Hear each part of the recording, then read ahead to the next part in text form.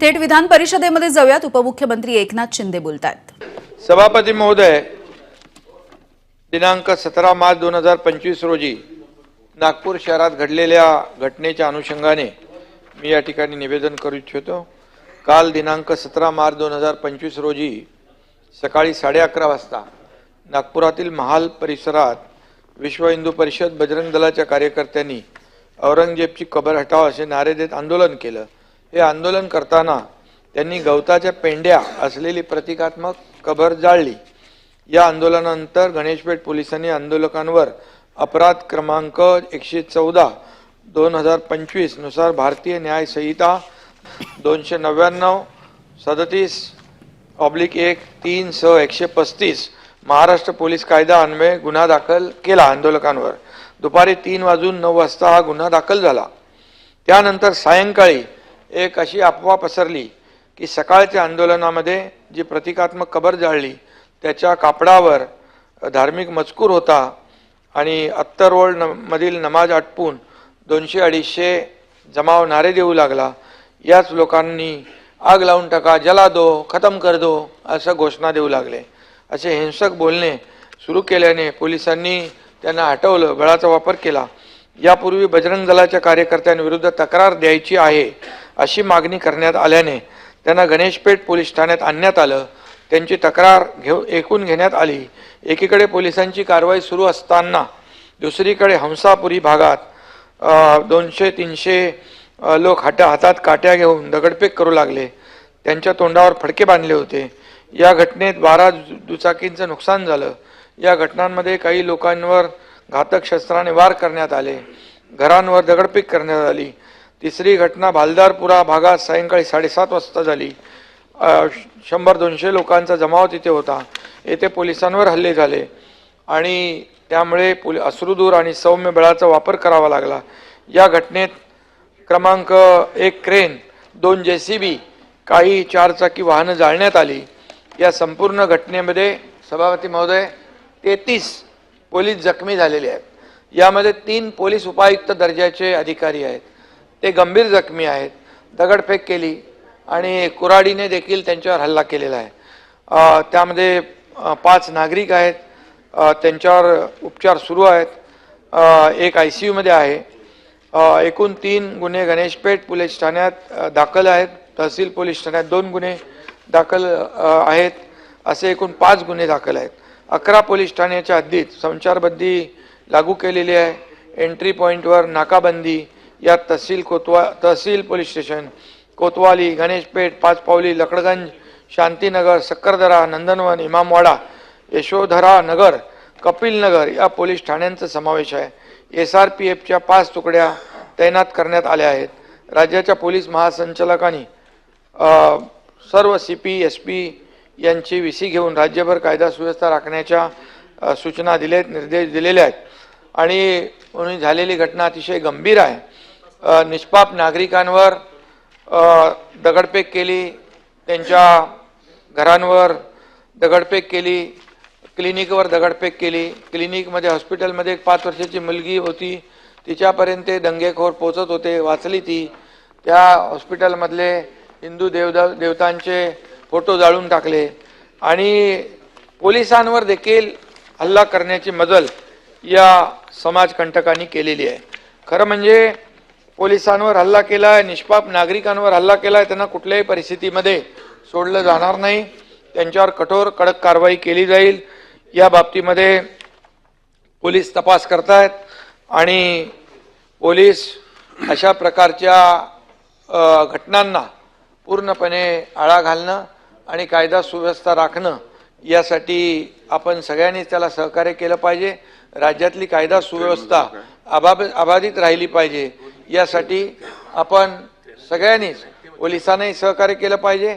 आणि काही लोक यामध्ये शेवटी आपलं महाराष्ट्र हे पुरोगामी राज्य आहे, सर्व धर्म एकत्र येऊन काम करतायत आणि या राज्याच्या विकासामध्ये सौहार्दाचं वातावरण आहे.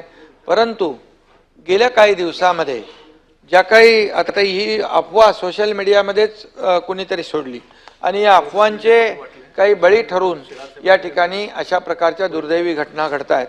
म्हणजे सकाळी एक घटना घडली, तिथं पोलिसांनी मध्यस्थी केली, पोलिसांनी ते मिटवलं, दोन्ही समाजाला शांत केलं, शांतता प्रस्थापित झाली. पुन्हा 8 वाजता संध्याकाळी 8:30 वाजता 2-5 हजाराचा जमाव जमला. 2-5 हजाराचा जमाव जमला आणि त्यांनी डायरेक्ट दगडफेक सुरू केली, तलवारी आणल्या, त्याच्यामध्ये पोलिसांवर हल्ले झाले, पेट्रोल बॉम्ब आणले. हे सगळं पेट्रोल बॉम्ब आणि ह्या सगळ्या गोष्टी अशा एकाएक येत नसतात. त्यामुळे हा पूर्णपणे एक नियोजनबद्ध पूर्वनियोजित अशा प्रकारचा कट करून हा हल्ला झाला. ही दुर्दैवी घटना आहे.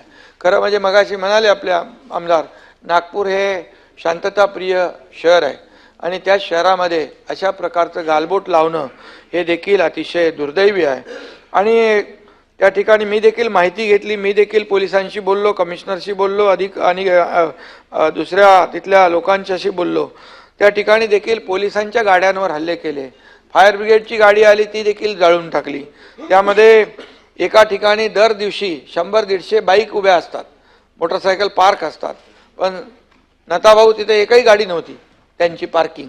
म्हणजे पूर्णपणे पूर्वनियोजित हा असा प्रकारचा एक समाजकंटकाने त्या दिवशी कालचा जो आहे तो कट केलेला आहे. आणि म्हणून या संपूर्ण ह्याच्यामध्ये चिटणीस पार्क, हंसापुरी, मोमीनपुरा, महाल या भागामधला हा सगळा प्रकार आहे. आणि यामध्ये खऱ्या अर्थाने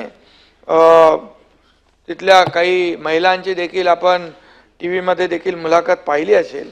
आणि खऱ्या अर्थाने त्या भागामध्ये अतिशय दंगल सदृश्य असं परिस्थिती निर्माण झाली होती.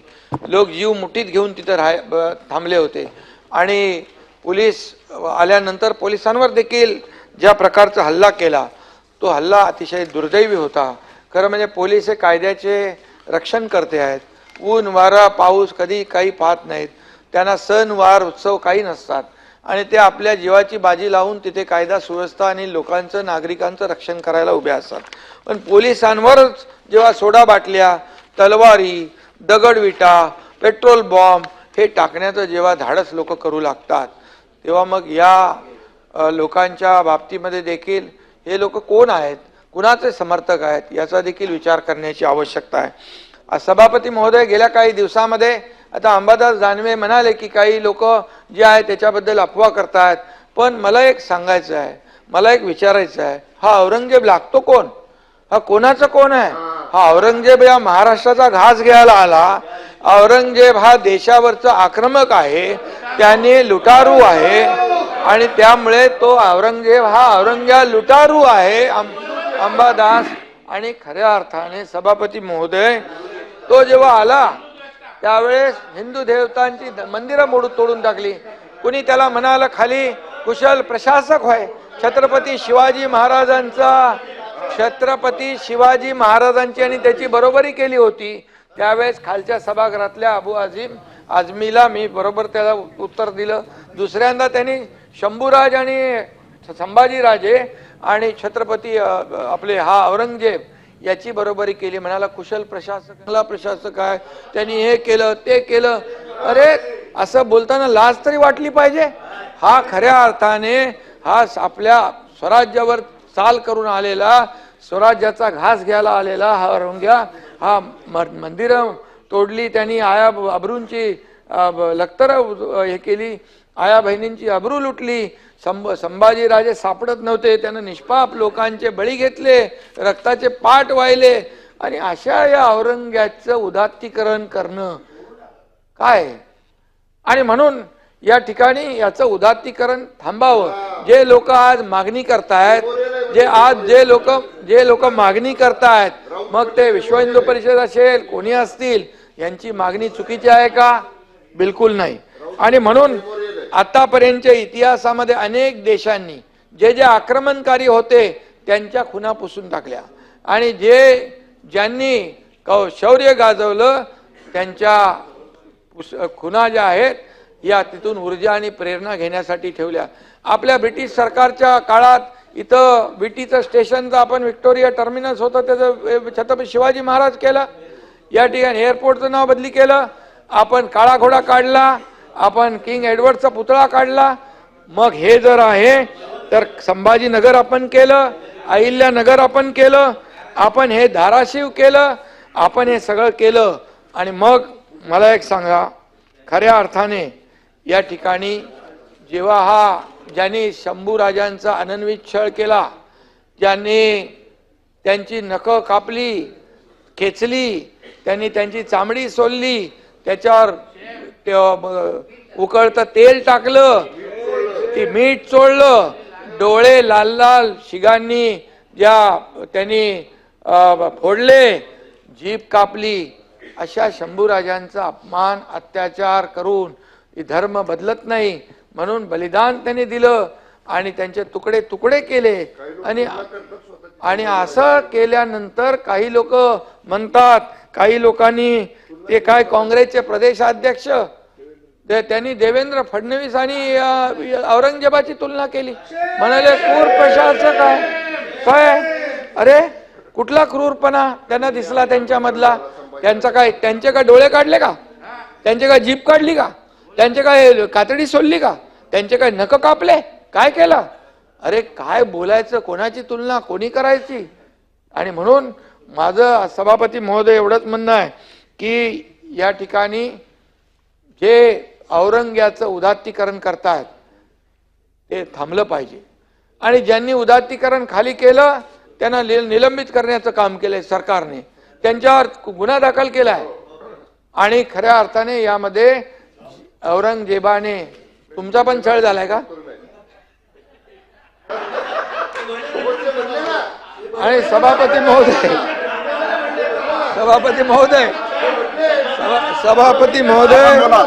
यामध्ये सभापती महोदय नाही तुमचं झालंय काय संभाजी महाराजांसारखं? तुमचे काय नाही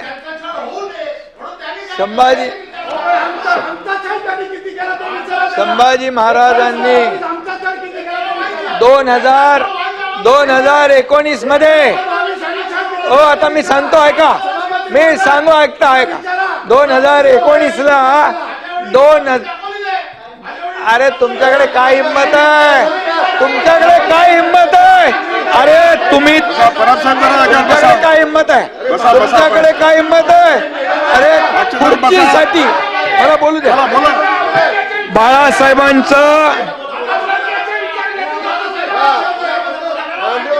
बाळासाहेबांचे विचार सोडले, खुर्चीसाठी औरंगजेबाचे विचार धरले आणि खुर्ची मिळवली यांनी. आणि म्हणून या सरकारमध्ये तुम्हाला या हिंदुत्वावर बोलण्याचा अधिकार नाहीये. आणि म्हणून बाळासाहेबांचे ज्यांनी विचार सोडले, खुर्चीसाठी तुम्ही 2019 मध्ये सत्ता मिळवली, काँग्रेस बरोबर जाऊन तुम्ही काँग्रेसमध्ये जाऊन सत्ता मिळवली आणि बाळासाहेबांचे विचार सोडले, औरंगजेबाचे विचार स्वीकारले. आणि म्हणून तुम्हाला बोलायचा अधिकार काय? अरे तुम्ही यांना आतमध्ये घालणार होते. या लोकांना अंबादास ऐका अंबादास ऐका, अरे यांना मी सांगतो, अरे हे जाऊन काँग्रेस बरोबर जाऊन तुम्ही काँग्रेसमध्ये जाऊन सत्ता मिळवली आणि बाळासाहेबांचे विचार सोडले, औरंगजेबाचे विचार स्वीकारले. आणि म्हणून तुम्हाला बोलायचा अधिकार काय? अरे तुम्ही यांना आतमध्ये घालणार होते. या लोकांना अंबादास ऐका अंबादास ऐका, अरे यांना मी सांगतो, अरे हे जाऊन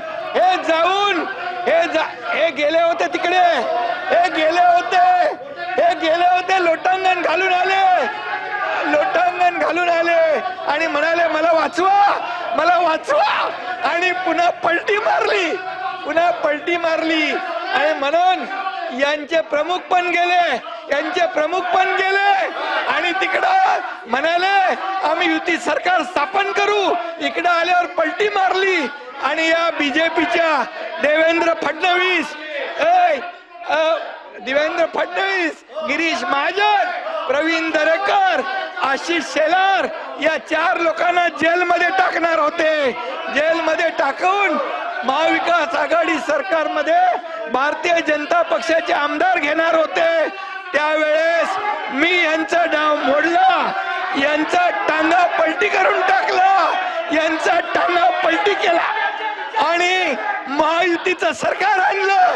महायुतीचं सरकार. बसा बसा बसा बसा. औरंगजेबी विचार तुम्ही सोडा. औरंगजेबीचे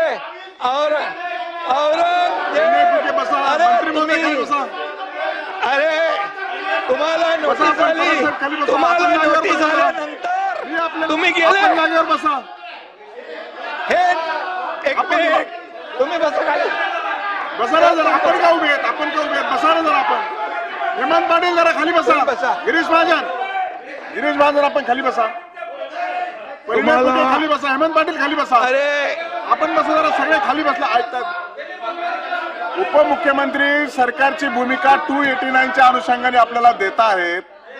मला वाटतं की त्यांचं बोलणं कंप्लीट झाल्याच्या नंतर आपण पुढे जाऊया. परंतु शासनाची भूमिका आपल्या 289च्या अनुषंगाने जर बोलले असतील तर आपलं नाव घेतलं नाही. आपण कोणत्या मुद्दे बोलतात? अरे सत्तेसाठी हे लाचार झाले. सत्ता मिळावी म्हणून तुम्ही बाळासाहेबांनी ज्या काँग्रेसला लांब ठेवलं त्या काँग्रेस बरोबर बसले. औरंगजेबी विचार तुम्ही घेतले, बाळासाहेबांचे विचार सोडले, शिवाजी महाराजांचे विचार सोडले. अरे तुम्ही काय शंभूराज. आणि म्हणून तुम्हाला सांगतो, आणि या एकनाथ शिंदेने धाडस केलं. शिवसेना वाचवली, धनुष्यबाण वाचवला म्हणून 80 पैकी 60 जागा आल्या. तुम्ही 100 लढवल्या, 20 जागा आल्या तुमच्या बरोबर. आणि म्हणून तुम्हाला जनतेने धडा शिकवलेला आहे. जनतेने धडा तुम्हाला शिकवलाय. जनतेने तुमची जागा दाखवली आहे.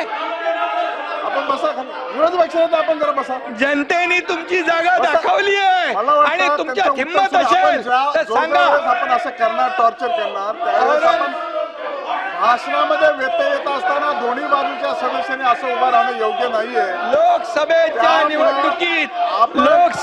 निवडणुकीमध्ये याकूब मेमन याची कबर सजवली. तुम्ही लोकसभेच्या निवडणुकीत पाकिस्तानचे झेंडे नाचवले. तुम्हाला लाज वाटली पाहिजे. अरे हिंदुत्वाचं नाव घ्यायला लाज वाटली पाहिजे. आणि म्हणून या एकनाथ शिंदेने धाडस केलं, हिंदुत्वाचं सरकार आणलं. हिंदुत्वाचं सरकार, बाळासाहेबांच्या विचारांचं सरकार आणलं. 2.5 वर्ष आम्ही महायुतीचा कारभार केला. 2.5 वर्ष महायुतीचं सरकारने काम केलं म्हणून तुमचं विरोधी पक्ष नेता पण गेलं. अरे तुमचं काही गेलं. आणि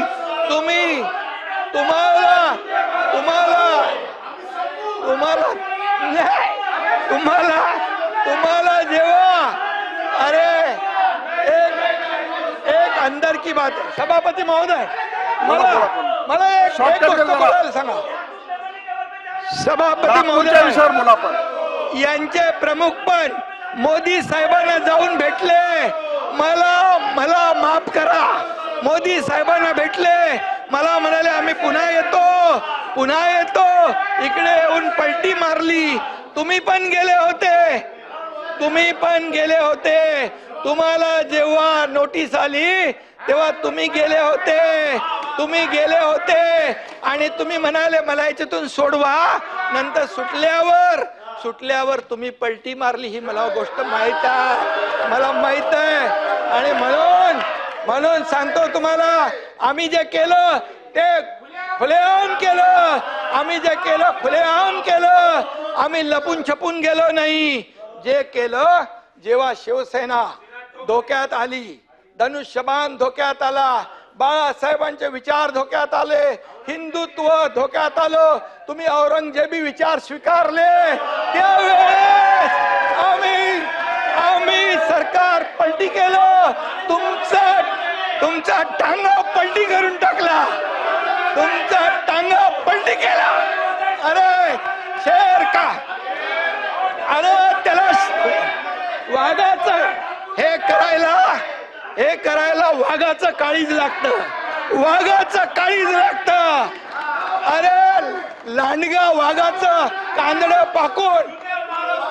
एक मिनिट लांडगा वाघाचं कातड्यात पांघरून वाघ होऊ शकत नाही.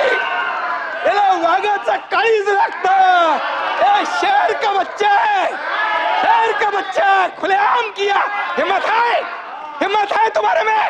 अरे जनता ने तुम्हारे को दिखाई दिया, जनता ने दिखाया, तुम्हारी जगह दिखा दी. तुम्हाला विधानसभेच्या जागा 100 लढवल्या, 20 जिंकल्या. या पठ्ठ्याने 80 लढवल्या, 60 जिंकल्या. अरे तुम्ही काय लढवणार? तुम्हाला भूमिका बदलली. यांनी शिवाजी महाराजांची भूमिका बदलली, बाळासाहेबांची भूमिका बदलली. तुम्ही हिंदुत्वाचे विचार सोडले म्हणून घरकाना घाटका झाले. घरकाना घाटका, इधर कभी नाही उधर कभी नाही. आणि म्हणून परब साहेब, तुमचा इतिहास मला माहित आहे. मला बोलायला लावू नका.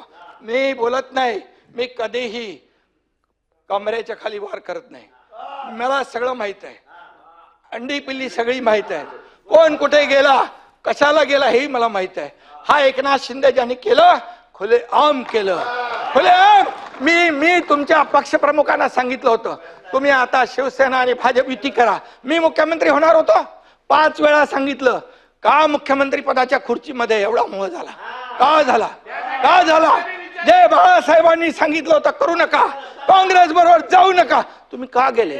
मोहापायी, सत्तेसाठी. मग मोह कोणाचा? अरे आम्ही तर सत्तेवर लात मारली.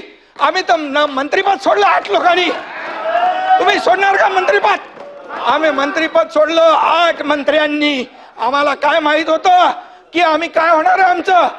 आणि म्हणून आम्ही एकतर लढून जिंकू किंवा एकतर लढून शहीद होऊ, असं म्हणून आम्ही लढलो. तुम्ही आम्हाला काय सांगताय? आणि म्हणून परब साहेब, तुमचा माझा काय वाद नाहीये, पण तुम्ही एकच आहे, जे बोलाल की तुम्ही नोटीसला जाऊ घाबरून पळाले, हे पळाले, ते पळाले, आतलं मला सगळं माहित आहे. छळ झाला. तुम्ही इथं बोलले होते ना, बसून बोलू नका. संभाजीराजे, मी काँग्रेस प्रदेशाध्यक्ष आणि देवेंद्र फडणवीसांच्या बद्दल बोललो की त्यांनी म्हणाले की औरंगजेबासारखा क्रूर प्रशासक मुख्यमंत्री आहेत. मी त्याच्यावर सुरू केलं ते, म्हणजे मी बोललो त्यांचे काय डोळे काढले, त्यांची काय जीभ छाटली, त्यांची काय नख उपटली, त्यांची काय कातडी सोडली. काय केलं देवेंद्र फडणवीसांनी, मुख्यमंत्र्यांनी काय केलं? सोलायला पाहिजे होती.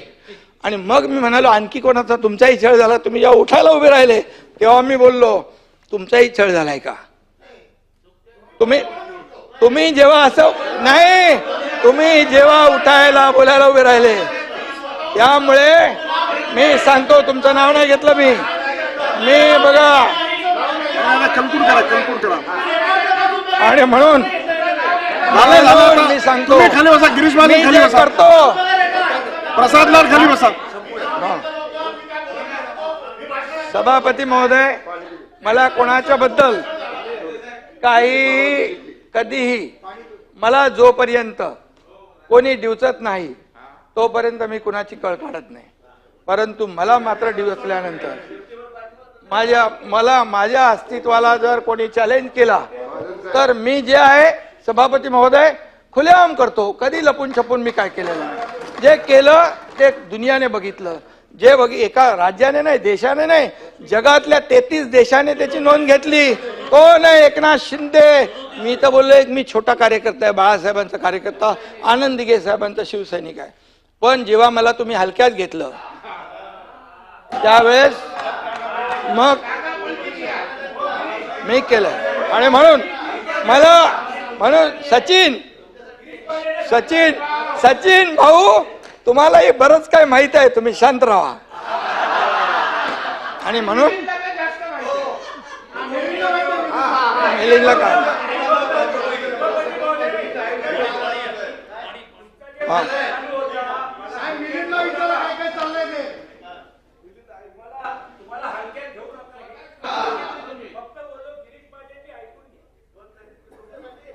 नाही, हे बघा, मी एक विचारधारा ठरवलेली आहे, हिंदुत्वाची विचारधारा. आमच्या दोन्ही पक्षाची विचारधारा एकच आहे. आमच्यामध्ये कधीही सत्तेसाठी हा एकनाथ शिंदे आपापलेला नाही. तेव्हाही मी जे केलं ते खुर्चीसाठी नाही केलं सचिन भाऊ. त्यावेळेस मलाही माहित नव्हतं की मुख्यमंत्री होईल. आताही तुम्हाला माहित आहे की या वेळेस देखील मी स्वतः आदरणीय प्रधानमंत्री महोदयांना फोन करून सांगितलं, तुम्ही निर्णय घ्या, एकनाथ शिंदे तुमच्या बरोबर आहे. अमित भाईंना मी सांगितलं, मी खुर्चीसाठी नाही हो, खुर्ची शोधत नाही मी. खुर्चीच्या मागे बसलेला माणूस, त्याचे प्रश्न, त्याचं दुःख आणि अडचणी समजून घेणारा एकनाथ शिंदे आहे, खुर्ची शोधणारा नाही. आणि म्हणून मी राजकीय नाही आहे, मी हार्डकोर पॉलिटिशियन नाही आहे, मी समाजकारणी आहे, मी एक सर्वसामान्य माणूस आहे. म्हणून मी कधी कोणाच्या वाटेला जात नाही. मी इथे बोललो, इथे विसरून जातो. मनामध्ये मी कधी गुस्सा ठेवत नाही, नाहीतर मी मुख्यमंत्री झालो नसतो. आणि म्हणून मी एवढंच आपल्याला सांगतो की सभापती महोदय, नागपूरची झालेली घटना जी आहे, औरंगजेबाचं उदात्तीकरण कुणी करता कामा नये. औरंगजेब हा आपल्या राज्याला लागलेला कलंक आहे. आणि म्हणून अमेरिकेने देखील तालिबान का कोण तो, त्याला त्याचा थडगा आणि कबर होऊ नये म्हणून ओसामा त्याला समुद्रात टाकला होता, बुडाला, म्हणजे त्याचं होऊ नये. आता हे कबर बिबर जी आहे ही कोणाच्या काळातली राहिली आहे? ही काँग्रेसच्या काळात. काँग्रेसने केलं, काँग्रेसने त्यांना संरक्षित केलं. अरे भाई, तेव्हा सरकार कोणाचं होतं स्वातंत्र्यानंतर? म्हणून तुम्हाला सांगतो मी, एक लक्षात घ्या. आणि म्हणून तुमच्या भाई, एक मिनिट, मला एवढंच आहे की उदात्तीकरण महाराष्ट्र सहन करणार नाही. औरंगजेबाचं उदात्तीकरण महाराष्ट्र सहन करणार नाही, एवढंच मी सांगतो. आणि काल झालेली नागपूरची घटना अतिशय दुर्दैवी आहे. ज्यांची मदत पोलिसांवर हल्ला करण्याची झालेली आहे, त्यांना रोखोक त्यांचा हिशोब केला जाईल आणि त्यांना माफ केलं जाणार नाही, एवढंच मी या ठिकाणी सांगतो. धन्यवाद. एबीपी माझा, उघडा डोळे बघा नीट.